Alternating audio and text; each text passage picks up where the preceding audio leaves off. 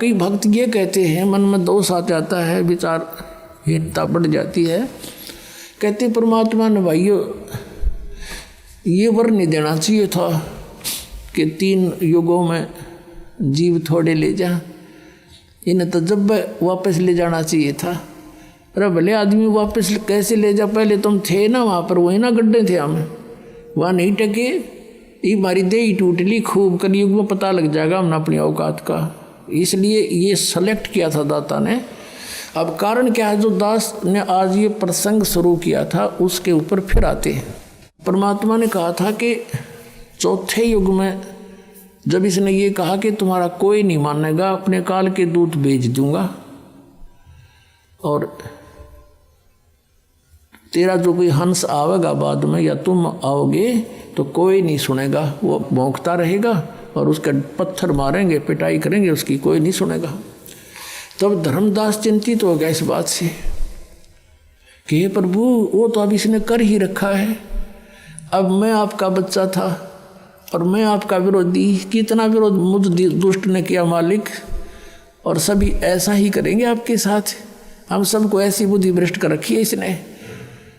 100 प्रश्न किए थे धर्मदास ने, 100 बार मालिक ने समझाया, कभी हाँ बरे कभी फिर मुकर जाए, कभी हाँ बरे फिर ना न्यू कर हो जाए, तो सब गिला न्यू कर रखिए।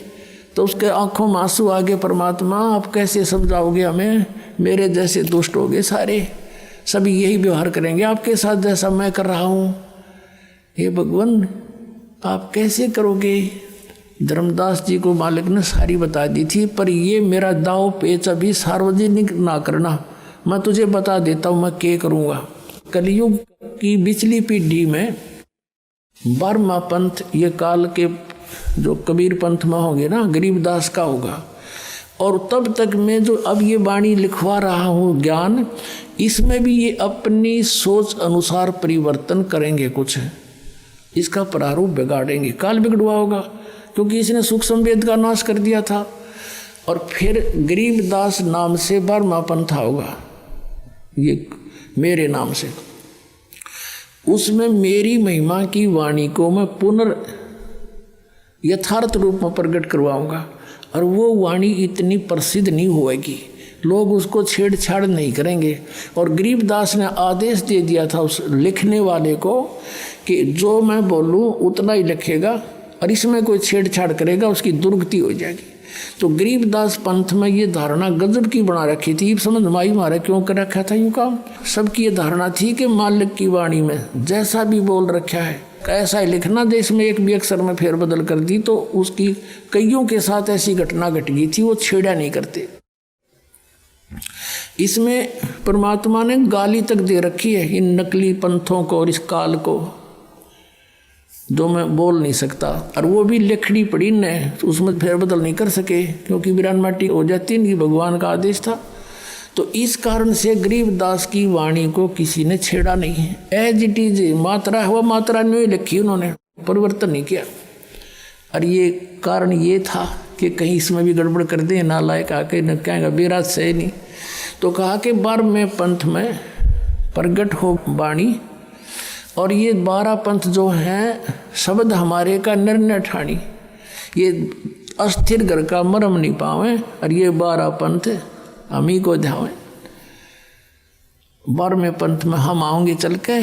और फिर जैसे ही कलयुग है ना, धर्मदास जी से बात कर रहे थे, कलयुग था, स्टार्ट ऑफ द कलयुग, यानी बीच सी मिला ले कि ये प्रथम पीढ़ी है, ये प्रथम पीढ़ी है। और फिर इसके बाद पिछली पीढ़ी जब आवेगी तब हम आवांगे, उस गरीबदास पंथ में आएंगे हम आगे चल के। ये दास गरीबदास पंथ से संबंधित है, लेकिन उन गरीबदास पंथ वालों के दास के विचार कभी नहीं मिले, क्योंकि वो जो वाणी में लिखी थी बातें उनके विपरीत क्रियाएं कर रहे थे। एक मेरे गुरुदेव के अतिरिक्त उस पंथ में कोई भी संत ऐसा नहीं था जो ये मंत्र सतनाम देता हो, ओम नमः भागवते वासुदेव, कोई कुछ ऐसे ऐसे मंत्र मनमुखी, कोई सतगुरुदेव नमः, इस तरह के मंत्र दिया करते थे। और वाणी में स्पष्ट लिख रखे ये 2 अक्षर का मंत्र ये जाप करना, ये मंत्र है 2 अक्षर का ओम और एक ये तत्व, और फिर भी उल्टे जाप कराते थे। तो मेरे उनका कभी विचार नहीं मिला। इस कारण से हम छुड़ानी जाना भी बंद करना पड़ा, और वो विरोधी भी बन गए थे। जिसके कारण उन्होंने बहुत परेशानियां भी पैदा की, पर मालिक के सामने किसकी पार बसावे। तो परमात्मा ने कहा कि 12वें पंथ हम ही चलावें और सब पंथ मिटा के एक पंथ चलावें। तो तब कहा था धर्मदास, मैं बता देता हूँ तुझे क्या करूँगा मैं, पर अभी तू इसको सार्वजनिक ना करना, गुप्त रखना। हम क्या करेंगे, जब हम आएंगे वहाँ गरीबदास वाले पंथ में, या अपना दास भेजेंगे, ये दास भेज दिया परमात्मा ने, तो उस समय तक ये काल के दूत अपने अपने पंथ चला करके परिपक्व कर चुके होंगे और सभी श्रद्धालुओं को ये पता होगा कि हमारे गुरुजी कौन सा मंत्र बताते हैं और कैसी डेफिनेशन सतलोक सतनाम सचखंड की बताते हैं। उनकी पुस्तकें भी बन चुकी होंगी, उससे मैं शिक्षित करूँगा सबको। अब जैसे धर्मदास जी ने परमात्मा को देखा सतलोक में, फिर देखा ब्रह्मा विष्णु महेश, उनसे वार्ता कराई परमात्मा ने, उन्होंने स्वयं सर्व स्वीकार किया कि हमारी तो जन्म मृत्यु होती है, हम अविनाशी नहीं है, हम पूर्ण नहीं है, पूर्ण तो कोई और ही है। और वो जानते नहीं, सामने भगवान खड़े, अगियू कबीर इज गॉड, वो भी नहीं समझे इस बात ने। तब धर्मदास आया नीचे, फिर कहा कि हमें तो परमात्मा सब ने यही बता रखा कि वेदों में, गीता में, पुराणों में कि ब्रह्मा विष्णु महेश सुप्रीम पावर है, अजर अमर है, इनकी जन्म मृत्यु नहीं होती। तो इसका मतलब है परमात्मा, ये वेद और ये कतेब, ये पुराण, ये तो झूठे हुए मालिक, ये तो झूठे हैं, फिर इनमें झूठा लिखा है। तब परमात्मा ने कहा कबीर साहब ने कि वेद कतेब झूठे नहीं भाई, झूठे हैं जो इनको समझे नहीं। ये वेद और ये पुस्तक पुराण गीता ये झूठी नहीं, झूठे ये है जो इनको समझ नहीं सके, एंड बैंड बोल रहे, इसके अंदर का एक अक्षर भी ना बता रहे तुम्हारे को। और धर्मदास मैं बताता हूँ, धर्मदास परमात्मा ने कहा था, धर्मदास ये जग बोराना, कोई ना जाने पद निर्वाणा, यही कारण मैं कथा पसारा और सबसे कहिए एक राम ने आरा। यही कथा तुम जग जीव सुनाओ और सब जीवों का भरम नसाओ, भरम गए जग वेद पुराना, आदि राम का भेद नहीं जाना। और ब्रह्मा विष्णु महेश की उत्पत्ति बताई परमात्मा ने कि अब मैं तुमसे कहूँ चिताई, तेरे देवन की उत्पत्ति भाई, माँ अष्टंगी पिता निरंजन, ये दमदारुण वंश नंदन। पहले की निरंजन राई, पीछे से माया उपजाई, माया देख रूप अति शोभा, देव निरंजन तन मन लोभा। काम देव धर्मराय सताए, देवी को तुरंत दरखाए, पेट से देवी करी पुकारा, हे साहेब मेरा करो उभारा।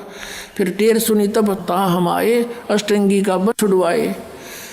फिर कहा कि धर्मराय की ने भोग विलासा, माया को रही तबासा, 3 पुत्र अष्टंगी जाए, ब्रह्मा विष्णु शिव नाम धराए। ये 600 साल पहले परमात्मा लिखवा गए थे। और कहता अब तू चुप रहना, बताना ना किसी को कि इन पुस्तकों में लिख रखे हैं। और जब मेरा दास आएगा ना, इन सब की पोल खोल जाएंगे, ये जिसे विद्वान हैं इन सब का फिर भांडा फोड़ देंगे हम, और मेरे बच्चे मुझे पहचान लेंगे। ये राधा स्वामी वाले 5 नाम काल के जाप कर बात करें सतलोक जान की। काल ने कहा था कि 12 पंथ नाम जो ले हमरे मुख में आन समोई, ये सभी पंथों के बारे में संकेत समझ लेना। और उस समय तक ये सब पुस्तकें बना चुके होंगे, सब प्रजा को शिक्षित करूँगा। अभी तक इनकी दाव लगा है, ये एक ब्राह्मण वर्ग या काजी मुल्ला वर्ग ही शिक्षित है, बाकी सब अनजान बना रखे। ये झूठी सारी झूठ बोल रहे, वेदों पुराणों के विरुद्ध व्याख्या बता रहे हैं, इन्हीं का नाम ले लेकर। ये काल के पक्के दूत हैं। और फिर हम सच्चाई बताओगे सब वेदों और किताबों की कि इनमें क्या लिखा, ये तुम्हें बता क्या रहे हैं। तो बेटा फिर ये मेरे बच्चे मुझे पहचान लेंगे। और यदि तूने ये मूल ज्ञान जो मैं तुझे बता रहा हूँ, अगर अभी तूने बता दिया तो काल के दूत यही गुणगान लग जाएंगे और यही नाम देने लग जाएंगे। सतनाम 2 अक्षर का, ये सतनाम सतनाम करे नाम दे 5 काल के। और जबकि गुरु ग्रंथ साहिब की ये जो वाणी लेते हैं, संत मत प्रकाश भागचार में सावण सिंह जी ने बताया कि गुरु ग्रंथ साहिब में ऐसा लिखा है, उन वाणी भी लिखी है कि 2 अक्षर का भेद बतावे, सोए गुरु पूरा कहावे। गुरु नानक देव जी ने कहा है, जे तू पढ़ा पंडित 2 अक्षर बिन 2 नावा, परमत नानक एक लंघाए जे कर सत सुमावा। कि हे पंडित वो ब्रजलाल पांडे जो नानक साहब को पढ़ा करते थे पहले, फिर नानक साहब ने उन्हीं के साथ जाकर वार्ता की कि क्यों बका रहा दुनिया ने पांडा तू, तने कह का पता नहीं, बता दे कौन ब्रह्मा का पिता है, कौन विष्णु की माँ, शंकर का दादा कौन है, हमको दे बता। इस बात से उसने बस चिंगर गया। उसके पिताजी को भी ब्रह्मा जी आई, ब्रह्मा विष्णु महेश के माता पिता बताता है, तेरा पुत्र बिगड़ गया। तो उसका पिता भी विरोधी हो गया कि तू के पैदा हो गया हमारे। फिर कहा कि जे तू पढ़ा पंडित बिन दोई अक्षर बिन दोई नावा, जे तने यो सारे ग्रंथ भी पढ़ लिए, इसमें ये 2 मंत्र तुझे नहीं प्राप्त हैं तो यूजलेस है तेरी पढ़ना पढ़ाना। और परणवत नानक एक लंघाए जेकर सत समावा, 2 अक्षर का तो सतनाम हो गया, और एक यू सार नाम आदि नाम है जो आपको दिया जाएगा।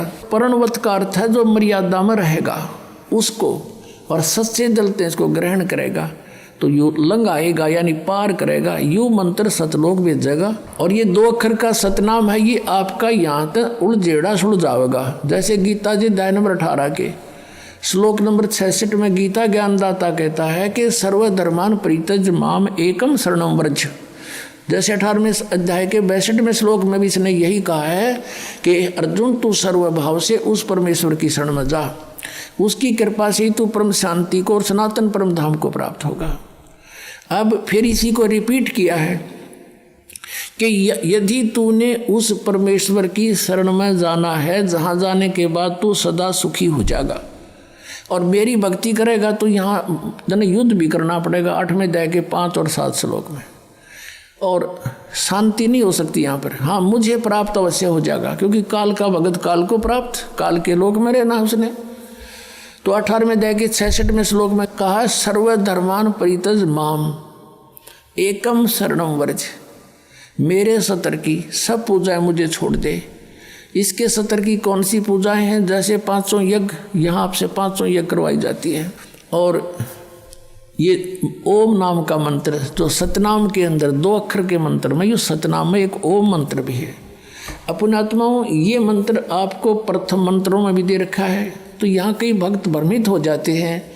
और सतनाम का दूसरा अक्षर भी आपको इसमें दे रखा है, तो ये भ्रमित हो जाते हैं कि ये मंत्र यही हैं, इनको यहाँ से फिर यहाँ भी यही दे रखे हैं। तो ये आप अपने सतर की सोच छोड़ दे। डॉक्टर ने पता होता है कि ये 4-5 गोलियाँ इकट्ठी दूंगा तो ये असर करेंगी, इनमें से 2 एक अलग अलग से इस तरीके से पेश दी जाएंगी तो ये कुछ और एक्शन करेंगी। जड़ी वही है रोग काटने की। और दूसरे शब्दों में ये समझो कि जैसे एक लड़की के पति का नाम भी धनपत है और उसके पिता का नाम भी धनपत है। जब वो लड़की अपने पति का नाम लेती है धनपत, तो पति पर सुरती होती है, उसको पता है यू धनपत यू है। और जब वो अपने पिता का नाम बताती है तब धनपत उस पिता पर सुरत जाती है कि वो धनपत वो है। तो ऐसे ही समझ लेना, इसमें घना व्याख्या की आवश्यकता नहीं, बुद्धिमान हो आप, भ्रमित ना होना।